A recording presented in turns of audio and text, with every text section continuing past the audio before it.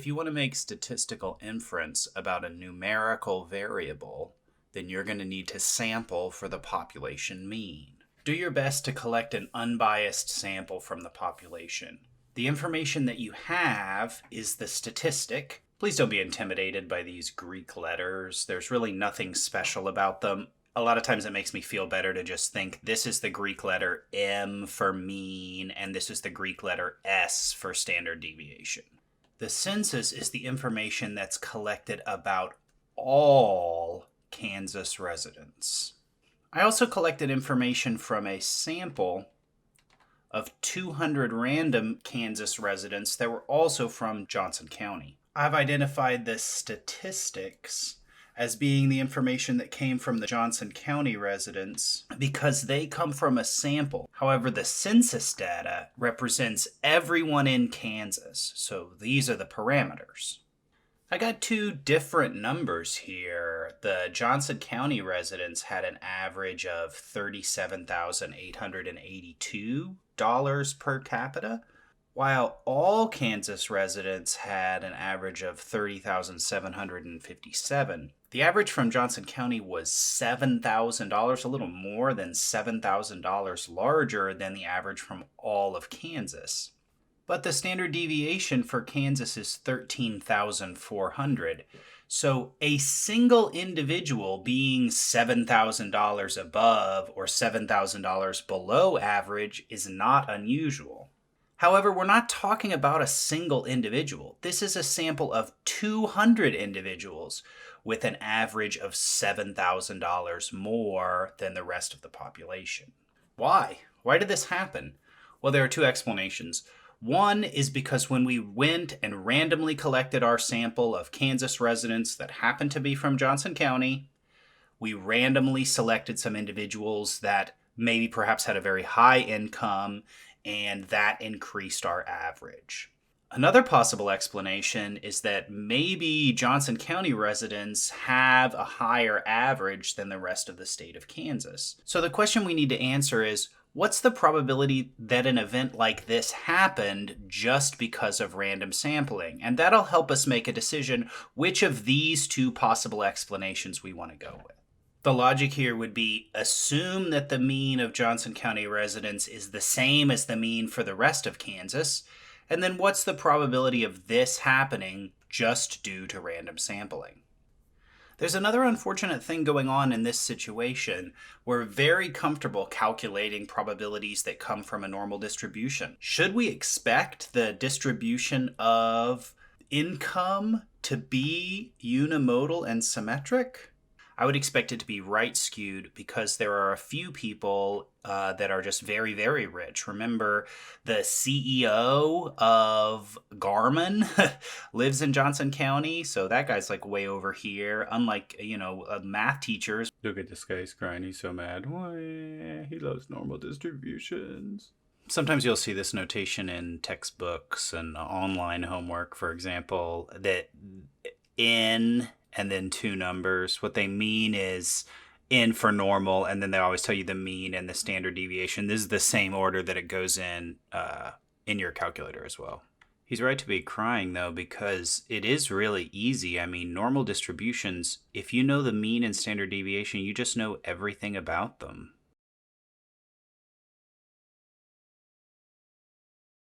In this distribution up here, who knows? I mean, even if you know this is the mean, I still don't know what percentage of the data is trapped in little ranges. I mean, it's just skewed right. Who knows how much area is in this corner? We can either use the normal distribution that's stored in your TI calculator, or actually this specific question we can answer using the empirical rule.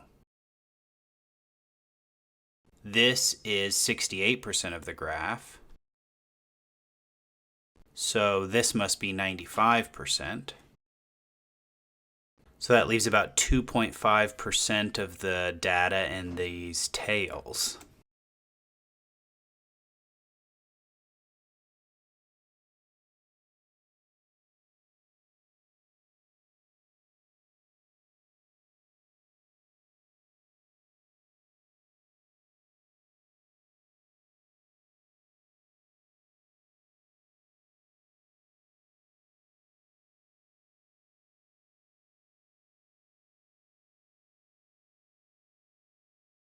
The central limit theorem is a mathematical statement about the distribution of the sample mean. The result is fantastic. It tells us that the distribution of the sample means is a normal distribution, which means we can use the normal distribution calculator or the empirical rule. The center of the distribution of all the samples is the same as the population mean, and the standard error is the standard deviation of the population divided by the square root of the sample size.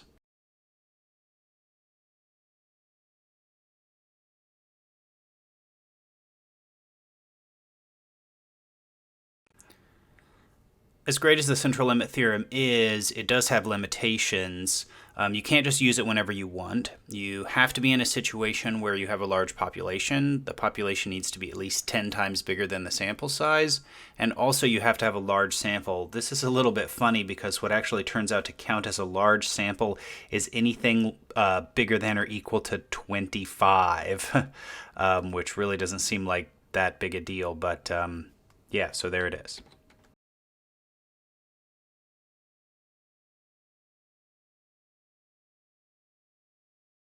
This is an overly simple example where the standard deviation is 10 and the sample size is 25. I just wanted you to see how you plug numbers into this formula for the standard error. But there is actually a takeaway. This represents a situation where the population standard deviation was 10. So that's an example like your typical math class test where maybe the average is a 75 and some students score 10 points above or 10 points below.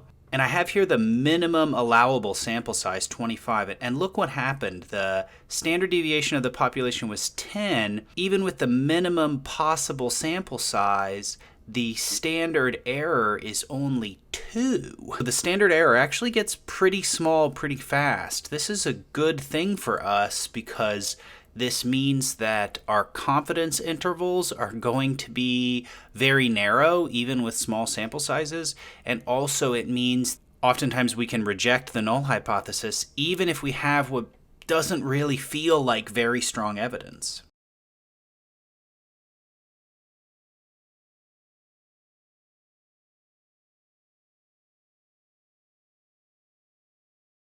Let's work through this example problem about housing in Kansas City.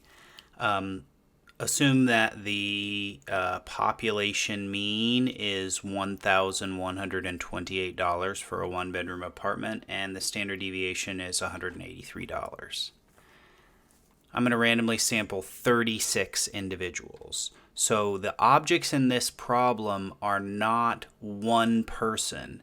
The objects in this problem are groups of 36 people.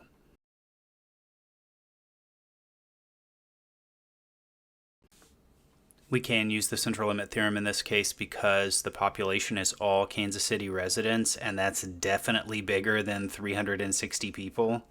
And our sample size is 36, and that's bigger than 25. So even though we have a really small seeming sample, this is just 36 random individuals, we are still allowed to do statistical inference.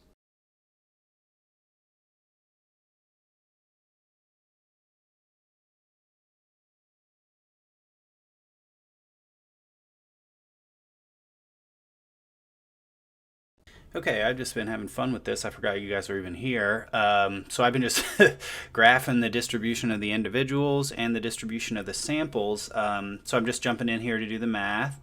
And this one, the mean was 1,128, and the standard deviation was 183. So I just found the level 2 range. It's going to be an individual, 95% of people in this population with these numbers that I just made up are going to pay between $762 and $1,494 for their apartment. Now, in the distribution of the samples, the standard deviation is going to be much longer. I shouldn't call this sigma. I should call this standard error. The standard error is the deviation in the distribution of the samples. So this is the expected difference between two samples. In the population, it was 183, and in the distribution of the samples, it was only 30.5. So drawing these two normal distributions in similar ways is actually misleading. In fact, the distribution of the samples should be much more narrow because the standard deviation gets divided by the sample size. So it's going to be way smaller because you divide by this square root of n.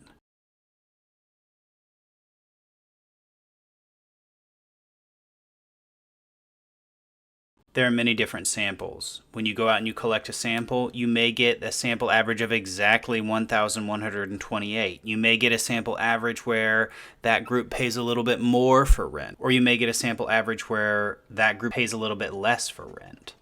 Here, we're going to find the probability that a sample will have an average of 1,200 or more. I can use NCDF to solve this problem because the central limit theorem tells me that the distribution of the samples will be a normal distribution.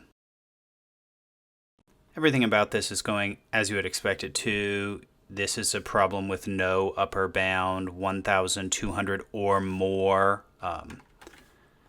So as the lower bound, I put 1,200. As the upper bound, I put 10 to the power of 99. And here's the mean. And then in this place right here is supposed to go the standard deviation. But this isn't a problem about individuals. So the difference between two objects is the standard error.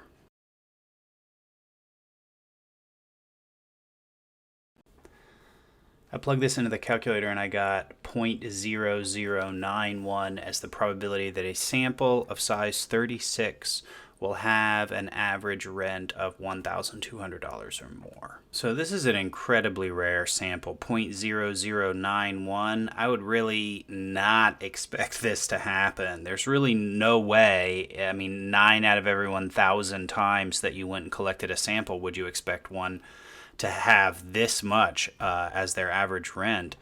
But it isn't unusual at all for an individual to pay $1,200 for a one-bedroom apartment. I calculated the z-score of an individual that paid $1,200 in rent and only got 0.39. So as an individual, we're not even on level 1. But as a group of size 36, we're like way out here. This more narrow, that doesn't really state quite how strong this really is. The distribution of the samples is much, much, much more narrow than the distribution of the individuals.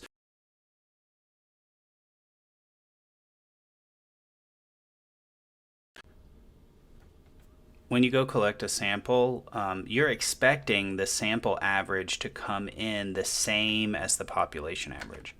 But it may not be perfect. You may just get a little bit above or a little bit below. In my mind, this isn't a very big dollar amount, just $50 plus or minus. I mean, if you think about it in terms of rent, I mean, if you paid $500 more, then it's really going to be a nicer apartment. So if the mean is $1,128 and we're supposed to be $50 away from the mean, then that's anything outside $1,078 and $1,178.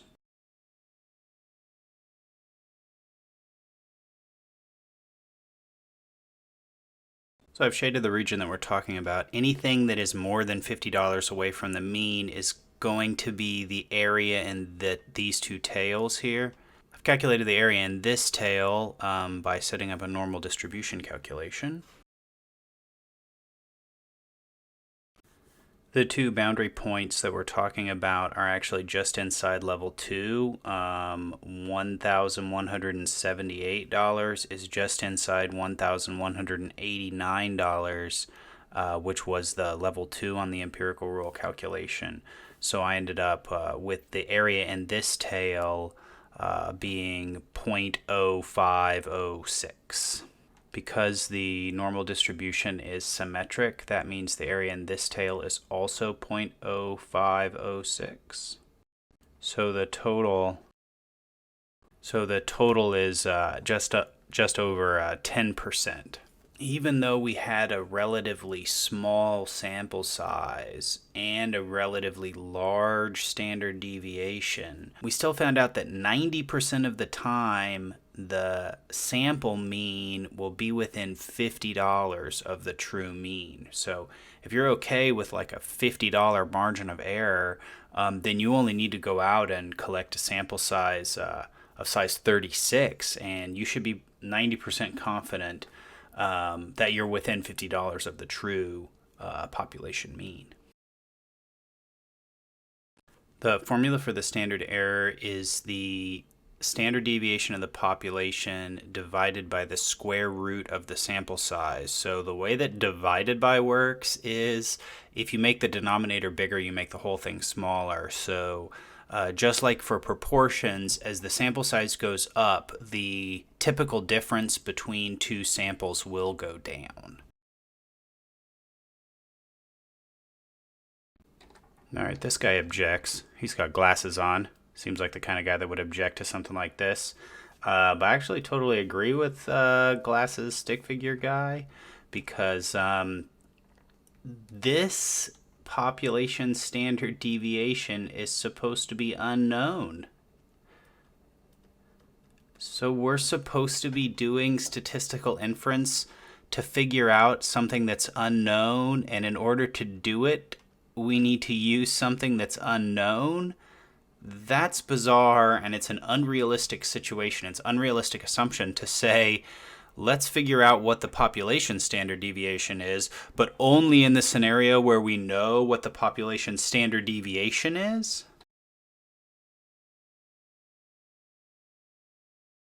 So real life glasses guy's name was William Seeley Gossett. Here, look, see, he even had glasses. Look at this.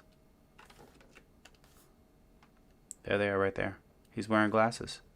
And he's got a mustache. Even if I draw the silly mustache on him, it doesn't make him look any sillier. He's already silly. If he wasn't cool enough already, his nickname was Student. Anyways, William solved this problem about the standard error having a sigma in it. He did a bunch of math, and he figured out another distribution. It's called the T distribution. And it's great. He did exactly what we need.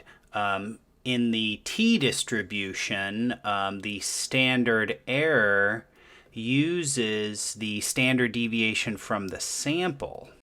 So that's brilliant. It solves this issue.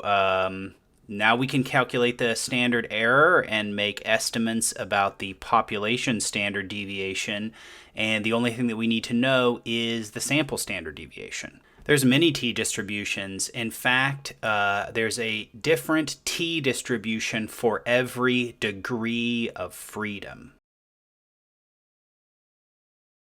Imagine that there's 4 seats in the classroom and 4 students to sit in these seats. The first student would be able to sit wherever they wanted, so they would have 4 choices.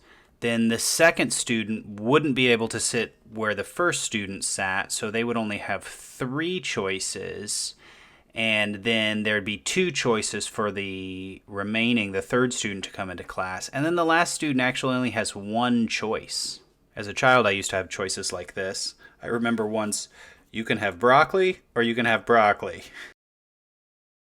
Only 3 of these students really had freedom to choose where they sit. So the degrees of freedom is always 1 less than the sample size.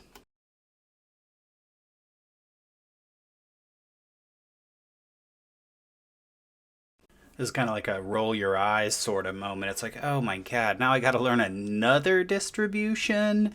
No, look, the T distribution looks very similar to the normal distribution. In fact, the larger that the sample size gets, the more the T distribution looks exactly the same as the normal distribution. The only real difference is that there is slightly thicker tails. So what this means for you is if you are doing a statistics problem where you are asked to do any kind of inference about the mean, you are not going to use the Z distribution. You are going to use the t-distribution. In the TI calculators, there's both z-tests and t-tests. And you can see down here there's z-intervals and t-intervals. Basically, the takeaway for you from this is you are never going to use z-interval, and you are going to use t-interval. So if you use a z-interval, then you're doing it wrong. I hope this helps you understand sampling for the population mean. If you have any questions, please let me know over email, or you can leave it in the comments. The notes are available in the description.